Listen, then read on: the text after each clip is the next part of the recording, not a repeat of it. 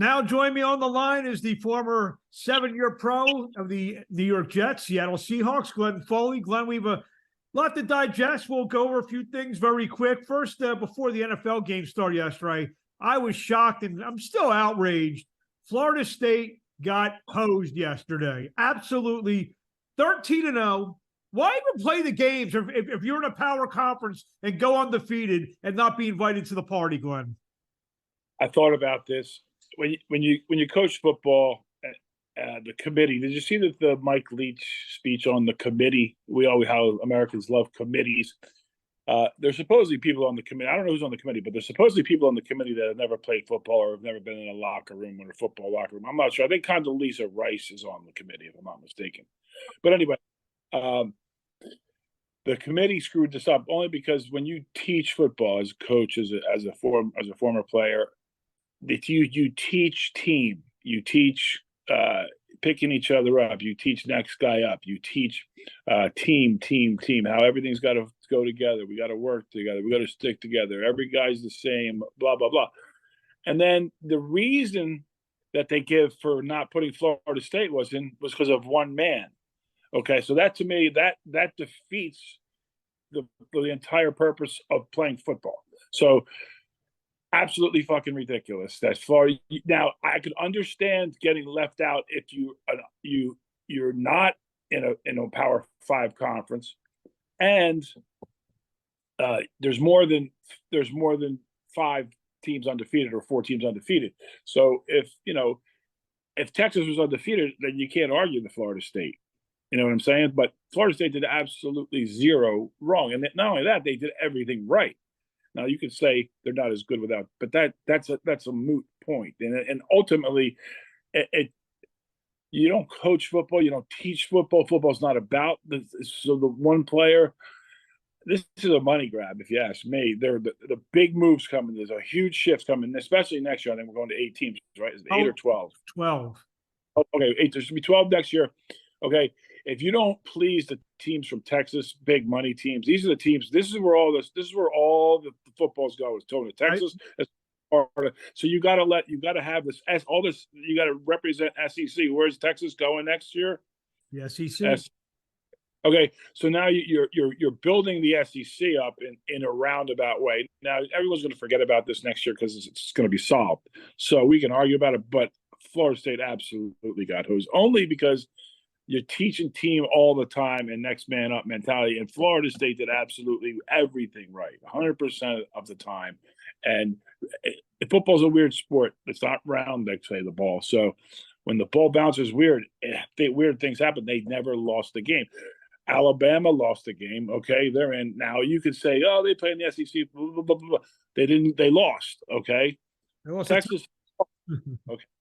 So any way you put it, they didn't have perfect seasons, even though you can argue the schedule, blah, blah, blah. Still not perfect. Florida State was perfect. Got to put them in.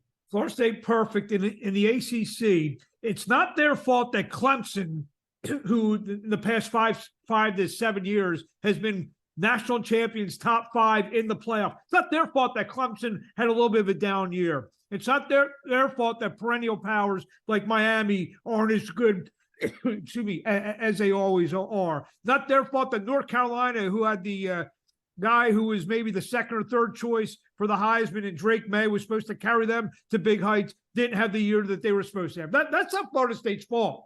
Plus, they played LSU out of conference and they beat them. You look at Texas, they played Alabama. Okay, good win there. Some of these teams, they play absolute nobodies out of conference. I mean, Michigan, they were undefeated. They played UNLV and like one of those other teams like Central Michigan or one of those type of teams out of conference. I get it. They wanted Texas, and they wanted the sexiness of having Saban in there. Bottom line, it's funny. I saw something on the worldwide leader, as they call it, this morning.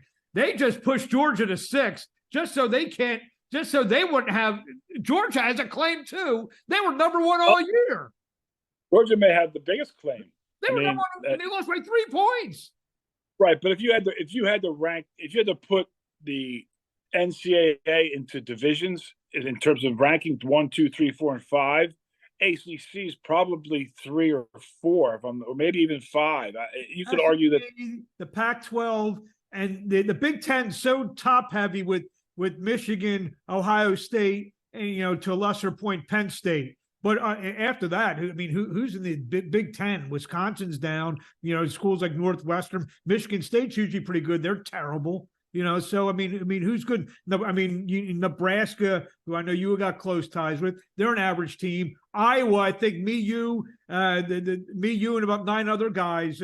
All we got to do is score 6 points against them, and we beat them. So I mean, I was just outraged about Ohio State. I mean, and you're on the one thing. You're a quarterback. You were starting major Division I quarterback for 4 years. If your team was 13-0, if Glenn or 12, and Glenn Foley goes down, and another thing, I'm catching myself on so much there.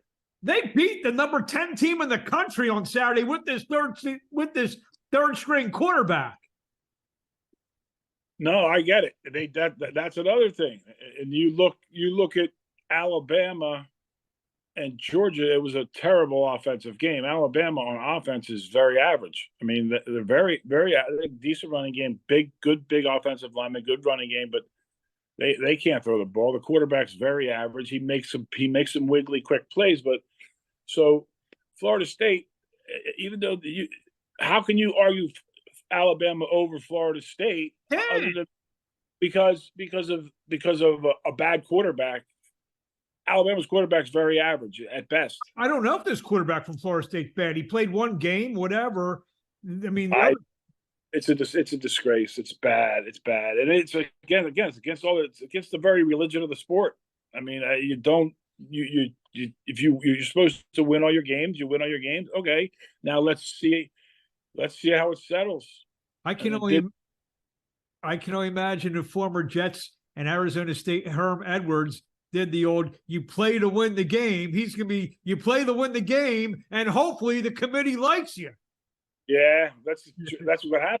Leach, if you look up Mike Leach, did a great thing on the committee, and it's so true. I would love to know. I think I saw Bart Oates on the committee, but when you're actually in the locker room, did you see when they announced Florida State didn't get in?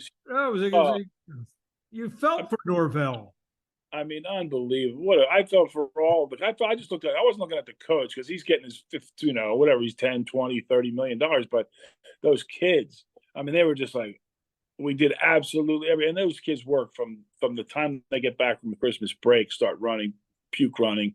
And then, man, for them to do everything right and to accomplish every goal and to not even get a sniff is the fucking problem. I mean, wow. Like, I wouldn't have had a problem taking Washington out and putting Florida State in. But they won all their games. I'm a Washington guy. You're not getting me. If you had 5 undefeated teams, okay, this problem was going to happen at some point. Well, okay, but now the fact that it didn't and this happened is fucking crazy. And I'm with you on this one. This is good. Here's another question I have. So now they're a big prize for not getting picked. They got to go play Georgia in the Orange Bowl.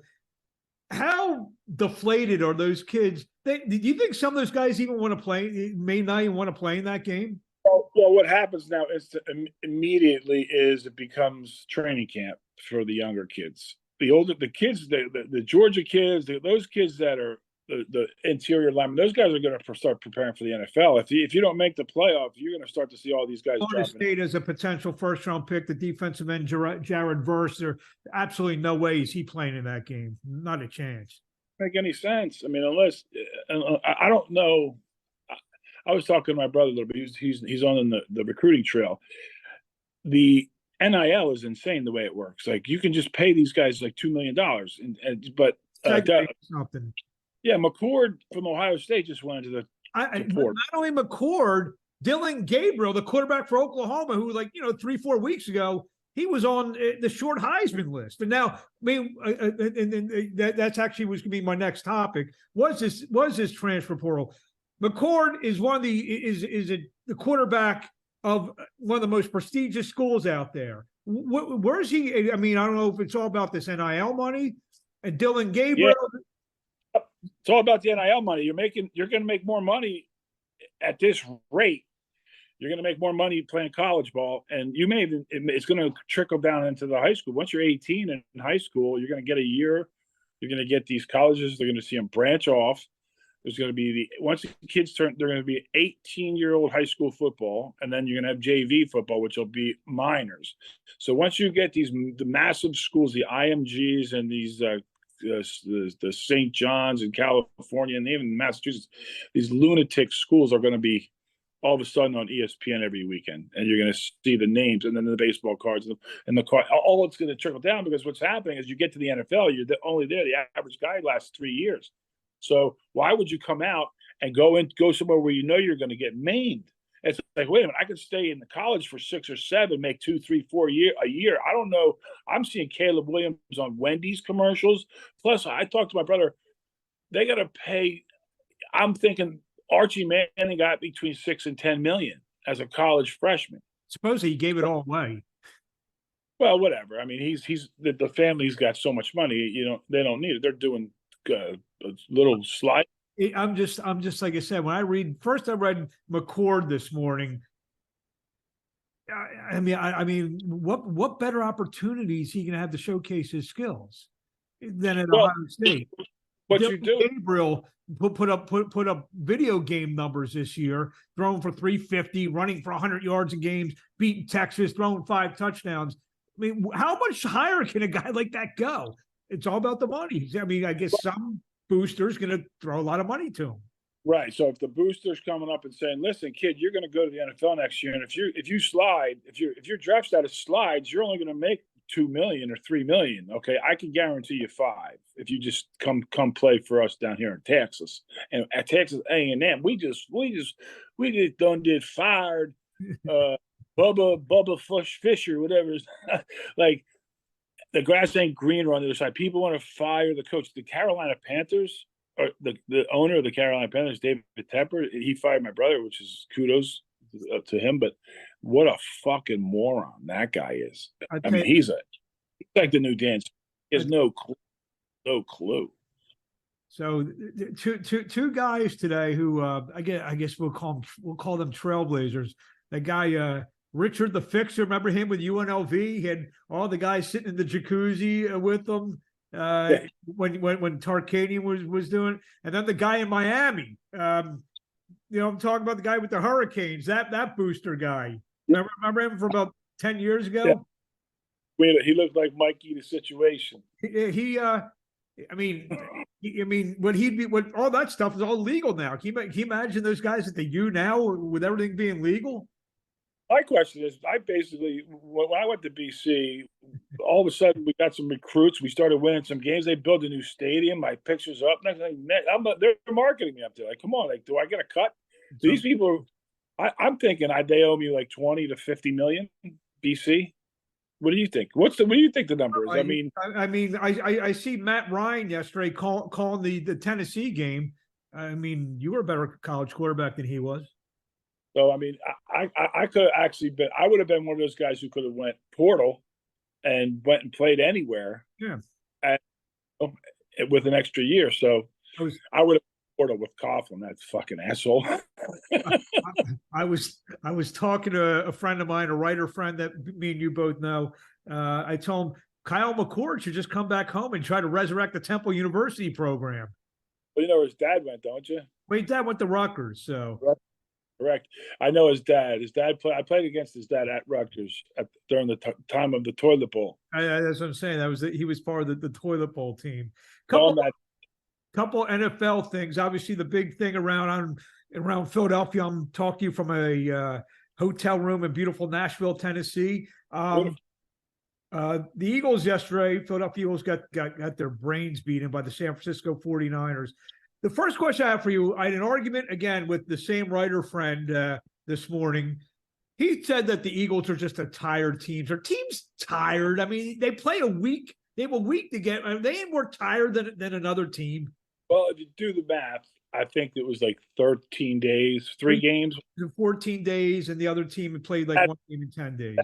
That's why the spread was the way it was. But are teams tired? Are the Eagles a tired team?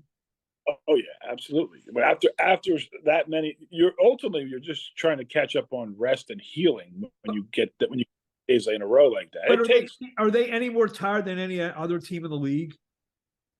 yeah, during that the tail end of a 3-game stretch in 14 days, you are, yes. Well, You well, need well, Joe, I guess I owe you another freaking steak sandwich now. yeah, they do. That I saw that now because I was looking at the spreads going, why are the Eagles Yeah. 3-point home? And I'm like, something's up here. And I didn't know what it was. I didn't know that stat before, but then I saw it. I'm like, yeah, now it makes sense. So is this now doom and gloom now for the Eagles? They have to go to Dallas next Sunday night. You know, they're cruise along at 10-1. You know, or they're probably big. I haven't seen the line. I'll look at the line in a second. Obviously, they're going to be underdogs at Dallas on Sunday night, possibly 10-3, maybe lose the home field advantage, the whole 9 yards is a little cause for panic down in at the NovaCare complex. Yeah, and it's for the first time I was questioning the head man in Philly for keeping Hurts out. I would talk to you yesterday when Hurts got Hurts went into I couldn't believe he came back. You're the one who told me he came back. I ran downstairs to get something to eat, and it was a miserable day, a miserable game, and those games happen. They just do. It doesn't matter who you play. The teams that have 15-1, 14-2 all these years, they get beat. They lose, and sometimes they lose bad. It just happens in the NFL. Okay, when that happens and your quarterback goes into the tent, okay, and he's got a bad knee and running's part of the game, you just sent him down. And not only that, he was compromised after that. He was in there running around, throwing, and when you happened to Kenny Pickett yesterday, blew up his ankle, got blown up. And the smaller, undersized quarterbacks now, Jalen Hurts isn't that, but when you see quarterbacks have to take off and run, when it's a third down player, you're in a red zone, and you have to get a certain distance. You saw Mahomes last night. He got completely crushed on the sideline. He was inbounds. They called a penalty. It was a bad call.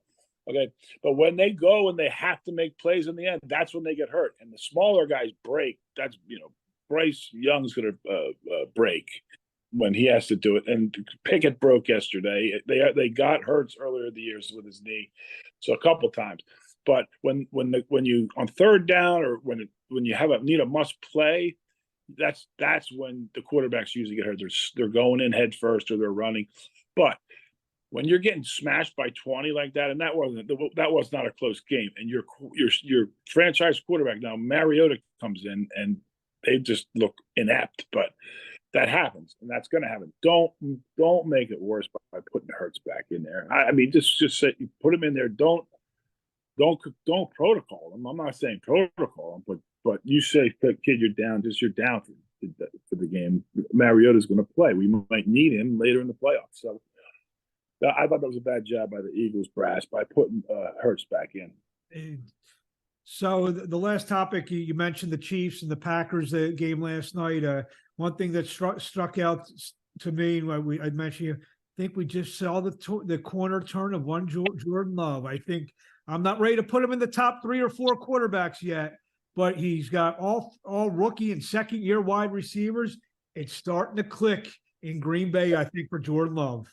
Well, it's nice to see him, and it usually starts in December out there for them. And again, just get yourself to playing well by this time, and don't you can't be 1-10 like the Panthers and the Patriots. Their seasons are over. But when these teams that were bad, they're going to start playing good because the injuries or whatever, like why they were so bad. You don't want to play the Cardinals right now. Cardinals go into Pittsburgh and win. You don't want to play the Indianapolis Colts. You don't want to play the you don't want to play the Texans right now. These teams are young, but they're remember these are the young first and second year guys, which are all over the place in Houston. Okay, and you saw them at wide receiver in Green Bay. Once they start to play 8, 9, 10 games, it starts to become a little bit easier. But yeah, you saw Love last night. He got lucky on a couple of balls, but he's given his guys some chances. But he did. He looked as good as he could have looked last night through most of the game. I'm not sold on him yet, but he's got no receivers either, or his tight ends are shaky. Well, they got the good rookie tight end. I think he was hurt last night. But do you see the trajectory of him being? Could be ascending on. Like I said, I'm not ready to put him with Mahomes or some of the other guys. But do you see him potentially, kind of being with the Herberts and those kind of guys? And and the reason Green Bay does a good job with it is you sit and you watch and you learn for a minute. You don't just throw like you. 3 years. Zach Wilson, he's still a child, and now that they've been through 4 quarterbacks and scored like 1 point a game, we all know that now it's not the quarterback. So the offensive line, the receivers, the Jets are just putrid on offense. So, but these quarterbacks have to mature. So when they get to 10 games, 12 games, Stroud's an anomaly now. He could win MVP of the league if they start rolling off games here. If they went out, say they went out, he wins the MVP.